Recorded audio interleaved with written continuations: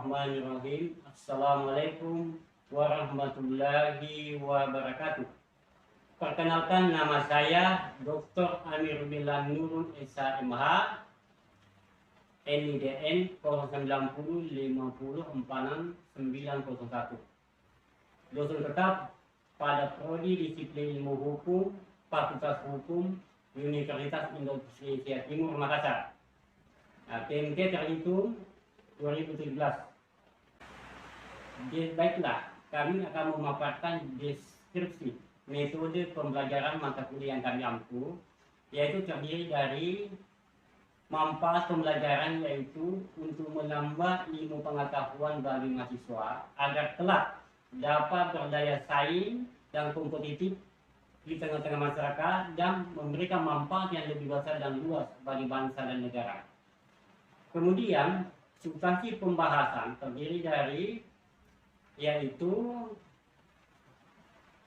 agar mahasiswa mampu memahami dan menjelaskan objek kajian psikologi hukum, agar mahasiswa mampu memahami tentang diskresi yang diberikan kepada kepolisian dan mengapa diskresi itu diberikan kepada mahasiswa atau kepada kepolisian. Yang ketiga itu agar mahasiswa mampu memahami dan menjelaskan tentang pidana mati. Kemudian agar mahasiswa mampu memahami dan menjelaskan pengasuhan anak di bawah umur terhadap orang tuanya yang bercerai. Kemudian adalah diharapkan mahasiswa mampu memahami dan menjelaskan jenis-jenis pendekatan psikologi hukum yang terdiri dari psikologi in-law, psikologi di dalam hukum, psikologi in-law, psikologi dalam hukum, dan psikologi tentang hukum. Ya. Kemudian selanjutnya diharapkan mahasiswa mampu memahami tentang penghukuman anak di bawah umur. Kemudian diharapkan selanjutnya mahasiswa mampu memahami subjek bahasan psikologi hukum yang terdiri dari responsibility kriminal, pertanggungjawaban pidana, dan death penalty atau pidana mati, dan perceraian dan pemeliharaan anak-anak di bawah umur. Selanjutnya kami akan melangkah pada metode selanjutnya adalah strategi pembelajaran.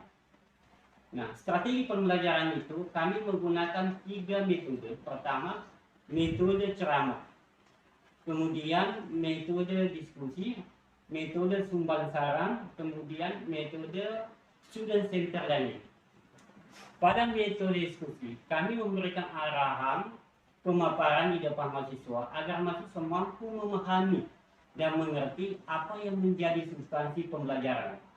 Kemudian pada materi diskusi, setelah kami menyajikan materi pada 1 atau 2 item pembahasan, maka selanjutnya kami memberikan kesempatan kepada mahasiswa dan membuka sistem tanya jawab, membuka metode diskusi. Setelah itu, kami pula memberikan pembelajaran dengan metode sumbang saran.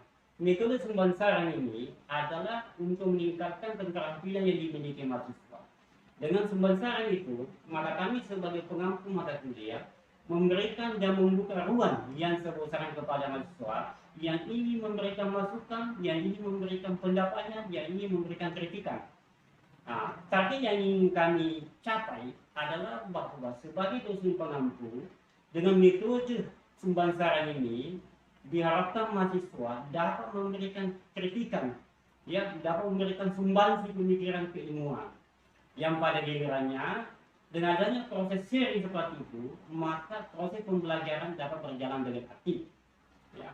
Kemudian selanjutnya adalah metode student center learning. Pada metode student center learning ini, itu tidak dapat dipisahkan pada metode sumbang saran. Yaitu di mana pada metode student center learning ini, yaitu adalah meningkatkan secara khusus keterampilan mahasiswa. Dengan keterampilan khusus yang diberikan kepada mahasiswa, maka kelak mahasiswa itu ketika diuji di tengah masyarakat, maka mereka mampu mempertanggungjawabkan keilmuannya yang didapat. Ini adalah salah satu tujuan yang kami harapkan dari metode student center learning. Kemudian selanjutnya adalah tujuan instruksional. Tujuan instruksional ini, mata kuliah ini dirancang dengan pertemuan 16 kali pertemuan.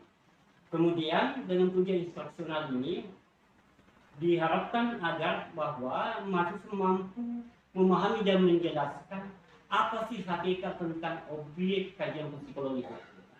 Nah, di mana objek kajian psikologi hukum ini terdiri dari beberapa subbahasan yang meliputi pembahasan tentang diskresi yang diberikan kepada kepolisian, kemudian meliputi pula tentang penyelidikan dan penyidikan di hadapan kepolisian, dan pengambilan keputusan dewan juri atau hakim. Selanjutnya adalah terkait pula dengan perilaku manusia. Diharapkan mahasiswa mampu memahami dan menjelaskan bahwa perilaku manusia adalah juga merupakan bagian daripada objek kajian psikologi hukum. Nah, kemudian selanjutnya setelah kesemua proses itu, maka kami sebagai dosen pengampu akan memberikan tugas kepada mahasiswa secara mandiri. Minimal 2 atau 3 kali kami berikan tugas. Dengan tujuan agar supaya tugas yang kami berikan kepada mahasiswa dapat mereka melakukan penelusuran literatur.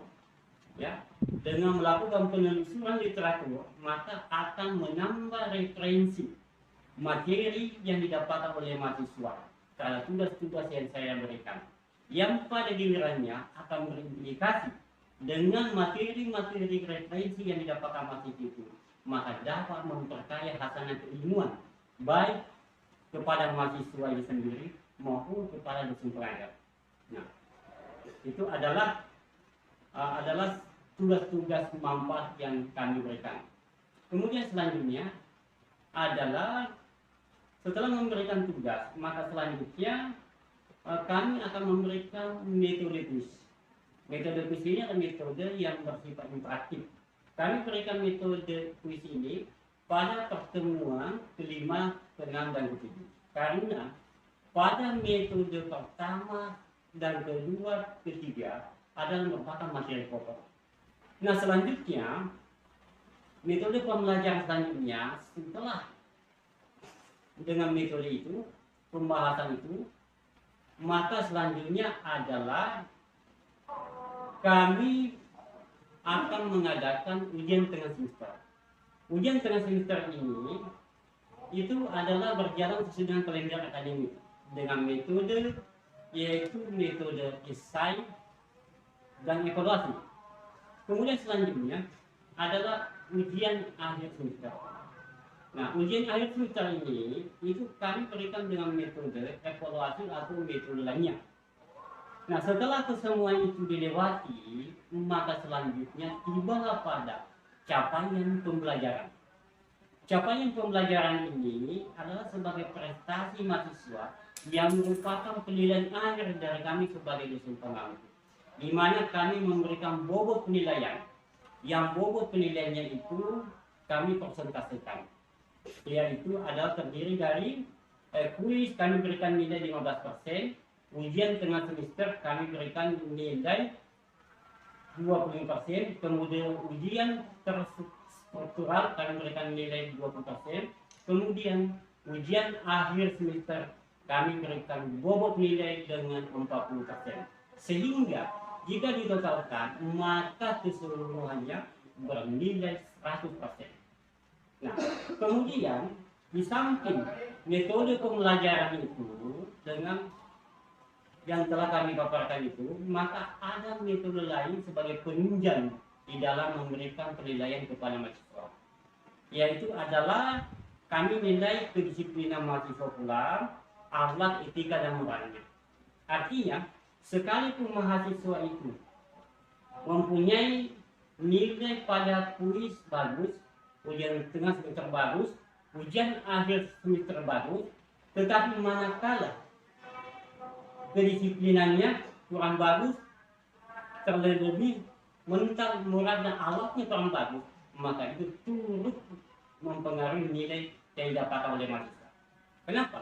Karena akhlak dan moral itu merupakan karakteristik yang harus dipegang oleh mahasiswa di dalam melakukan dan bersosialisasi kelak di tengah-tengah masyarakat.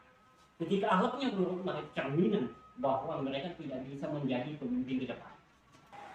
Setelah pemaparan deskripsi metode pembelajaran yang telah kami paparkan tadi, maka selanjutnya untuk memperjelas materi perkuliahan yang telah kami berikan, silakan simak pada video berikut kami. Bismillahirrahmanirrahim. Assalamualaikum warahmatullahi wabarakatuh. Waalaikumsalam warahmatullahi wabarakatuh. Baiklah anak-anak sekalian, pada kesempatan ini kita akan belajar mata kuliah psikologi hukum. Mata kuliah psikologi hukum ini terdiri dari berbagai bahasan. Dan bahasan dari materi psikologi hukum ini itu menarik untuk dikaji sebagai bahan ke depan di tengah masyarakat. Oleh karena kajian materi psikologi hukum ini sangat aktual, fenomena di tengah-tengah masyarakat. Baiklah bahwa pembahasan materi psikologi hukum ini diantaranya adalah diskresi kepolisian, kemudian yang kedua adalah hukuman mati yang terjadi di belahan dunia maupun yang terjadi di Indonesia. Kemudian selanjutnya adalah hukuman. Jadi kita akan melihat satu persatu apa dan seperti apa diskresi.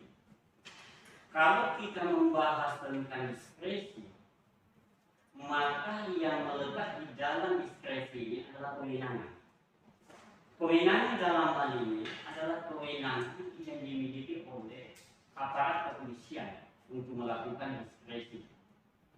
Tentu di antara kita ada yang bertanya, mengapa aparat kepolisian itu memerlukan atau diberikan kewenangan untuk melakukan diskresi? Ya. Baik, kita akan melihat anak-anak sekalian bahwa diskresi itu adalah tindakan yang dilakukan oleh kepolisian dengan seketika yang sifatnya emergensi harus dilakukan untuk memproteksi keselamatan dirinya atau untuk memproteksi nyawanya dalam melaksanakan tugas. Misalnya, saya bercontoh, sebutlah misalnya polisi yang bernama Mr. X sedang melakukan tugas di lapangan, di mana memergoki, sebut juga namanya misalnya Husni, sedang melakukan serangkaian kejahatan perampokan, bahkan membunuh korban. Dalam situasi seperti itu, di mana polisi yang bertugas yang bernama Mr. X ini terancam keselamatan jiwanya, karena ketika itu si Husni sedang mengancam untuk membacok kepada polisi yang sedang bertugas yang mau menangkap dan mengamankannya. Dalam situasi seperti itu, maka polisi yang bertugas ini adalah melakukan dan harus melakukan tindakan diskresi. Nah, tindakan diskresi yang harus dilakukan di sini adalah harus mengambil keputusan dengan seketika untuk mengambil suatu tindakan. Karena tidak punya lagi waktu untuk memikirkan, menghubungi atasannya, menghubungi rekan sejawat sesama polisi. Kenapa? Karena ketika dia menghubungi atasannya, menghubungi rekan sejawatnya, maka dia akan dibunuh oleh si penjahat ini kan, oleh si muslim. Ya, karena ada waktu dia itu lepas kontak. Sementara ini berada dalam keadaan yang emergensi, yang tidak perlu lagi ada waktu untuk mengontak, karena nyawa yang terancam kan, sehingga dia harus melakukan tindakan diskresi. Nah, tindakan diskresi apa yang harus dilakukan? Dia harus segera melumpuhkan si penjahat, dia harus melumpuhkan si perampok, dia harus melumpuhkan dengan menembak tadi agar supaya berhenti melakukan pengancaman. Ya. Nah itu namanya melakukan tindakan diskresi. Nah, pertanyaannya kemudian, apakah memang polisi memang dibenarkan untuk melakukan tindakan diskresi? Tentu tidak ada yang bertanya seperti itu kan? Kalau misalnya penjahat yang ditembak ini tiba-tiba meninggal, pasti juga ada berpandangan, apakah hal itu tidak melanggar hukum? Ya kan? Tidak melanggar HAM. Nah, dalam konteks hukum kita, bahwa aparat kepolisian di dalam melakukan tugas yang sedemikian itu dilindungi oleh kotak kepolisian dan dilindungi oleh peraturan hukum. Kenapa? Karena sifatnya emergensi, sifatnya dalam darurat. Nah, di dalam pandangan psikologi itu, ini berada pada optik psikologis yang emergensi atau berada dalam situasi yang spesifik, sehingga tindakan yang sifatnya diskresi itu harus dilakukan oleh kepolisian. Justru sebaliknya, ketika kepolisian atau aparat yang bersangkutan yang bertugas di lapangan tidak melakukan tindakan diskresi pengamanan dirinya, maka patut dipertanyakan polisi yang bersangkutan apakah memahami diskresi atau tidak, ya? Yang kedua, apakah mereka bekerja secara profesional atau tidak, ya? Kenapa? Karena sebagai petugas yang memahami diskresi, maka harus dia menjalankan tugas secara profesional. Salah satu indikator dikatakan menjalankan tugas secara profesional adalah polisi sudah menjalankan diskresi. Nah, ketika dia tidak menjalankan diskresi, maka tentu juga paling pertanyakan polisi itu mengerti tidak yang namanya soal diskresi. Itu satu.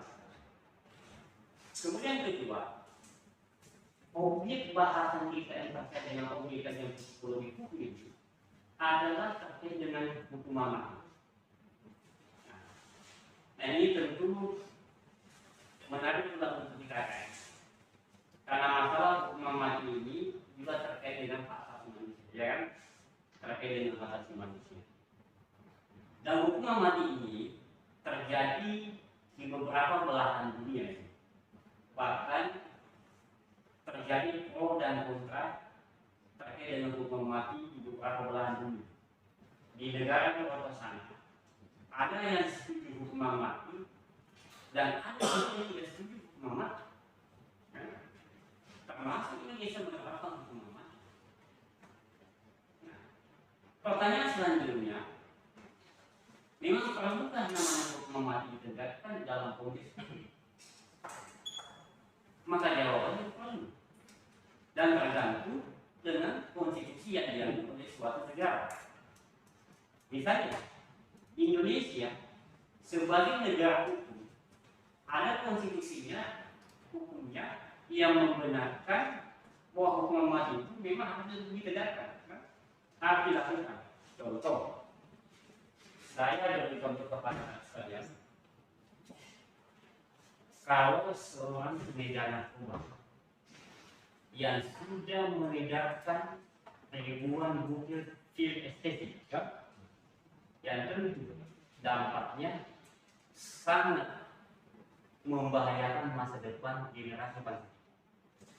Kalau para pelaku bandar narkoba ini, pelaku pengedar estetik ini, tidak diberi hukuman yang tinggi berupa sanksi mati misalkan, maka ke depan bangsa ini akan hancur generasi muda. Kenapa? Karena bandar estetik ini berpikir, saya pun mengedarkan estetik di Indonesia misalkan, saya dapat hukuman dengan aja, kan? Ngapain saya mau berhenti edarkan narkoba di Indonesia? Toh saya juga mendapatkan keuntungan yang besar. Ya? Tetapi sebaliknya, jika hukum ditegakkan, diberikan sanksi yang tegas kepada para pelaku bandar narkoba, langsung dihukum mati, maka yakin para pelaku-pelaku bandar narkoba atau calon bandar narkoba yang berpikir masuk ke Indonesia akan berpikir 1000 kali mau masuk ke Indonesia jadikan objek peredaran sabu-sabu atau objek peredaran narkoba. Kenapa? Karena berpikir ada sanksi hukum yang akan ditegakkan di Indonesia berbahaya. Kalau kita mengejarkan narkoba maka hukuman mati akan. Anak-anak sekalian, baik. Ada yang perlu disampaikan atau ada yang ingin ditanyakan terkait dengan pembahasan tanda kutip. Kalau saya melanjutkan kepada pembahasan selanjutnya, ya kami berikan kesempatan untuk memberikan pertanyaan sebagai seri dan terakhir. Silakan. Pak, jika memang dalam pandangan hukum ya atau secara medis hukuman mati itu memang sudah dilaksanakan, bagaimana pandangannya secara hukum dan bagaimana pandangannya di dalam norma hak asasi manusia itu sendiri? Ya, baik. Terima kasih. Namanya siapa? Jadi begini, demi keselamatan generasi bangsa kita ini, alasan penegakan hukum dengan pertimbangan HAM sepanjang penegakan hukum itu berjalan sesuai dengan koridor maka itu paling tidak masalah. Kenapa? Karena negara kita ini negara hukum. Siapapun yang melanggar hukum, siapapun yang melakukan tindakan kejahatan di Indonesia, apalagi kejahatan yang bermangsa besar, jadi banyak peredaran narkoba yang skala besar yang menghancurkan generasi muda ke depan, maka itu tidak toleransi, tidak ada toleransi.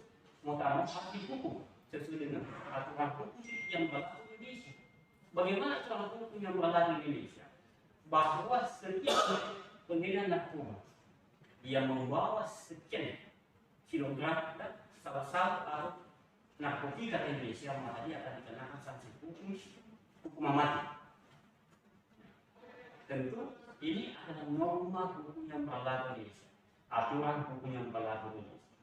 Aturan hukum yang inilah yang menjadi suatu pegangan para hakim di dalam menjatuhkan putusan para pelaku-pelaku narkoba yang merusak peran kehidupan berbangsa dan bernegara ini. Baik, kamu sudah? Baik, masih ada yang lain? Ingin bertanya? Silakan.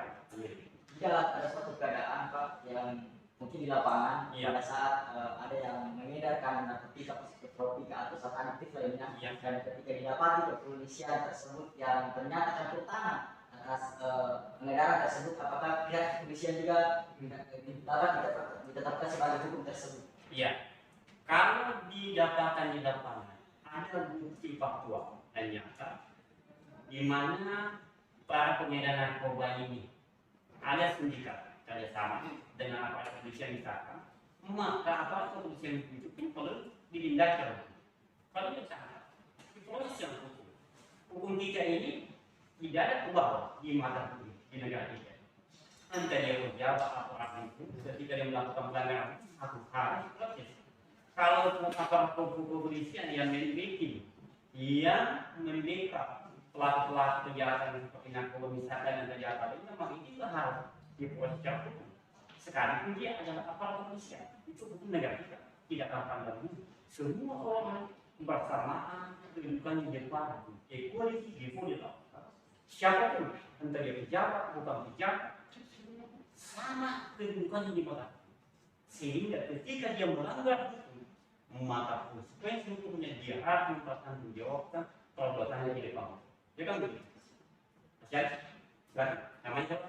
Minta Silakan. tapi bagaimana itu Pak dengan soal suap menyuap? Itu juga jelas. Kalau ada suap menyuap juga itu pelanggaran hukum. Kalau yang menyuap aparat biasa dan yang disuap aparat negara, aparat kepolisian apa, itu tak ada hukum. Baik yang disuap maupun yang menyuap, menerima suap, tetap ada hukum. Artinya, yang menyuap dan menerima suap harus juga diproses hukum. Kenapa harus diproses hukum? Karena perbuatannya melanggar hukum. Ya kan? Kan tidak boleh dong. Ya. Ada proses menyuap di dalam kehidupan berbangsa dan negara ini. Apalagi yang notabene aparat kepolisian atau aparatur negara, aparatur pemerintahan dalam menjalankan tugasnya menyuap misalnya para petugas supaya dia tidak diproses, itu juga harus diproses hukum. Tidak boleh, tidak boleh. Negara kita ini negara hukum, Pak. Tidak boleh ada melakukan tindakan-tindakan yang sifatnya bertentangan dengan hukum di dalam bingkai negara.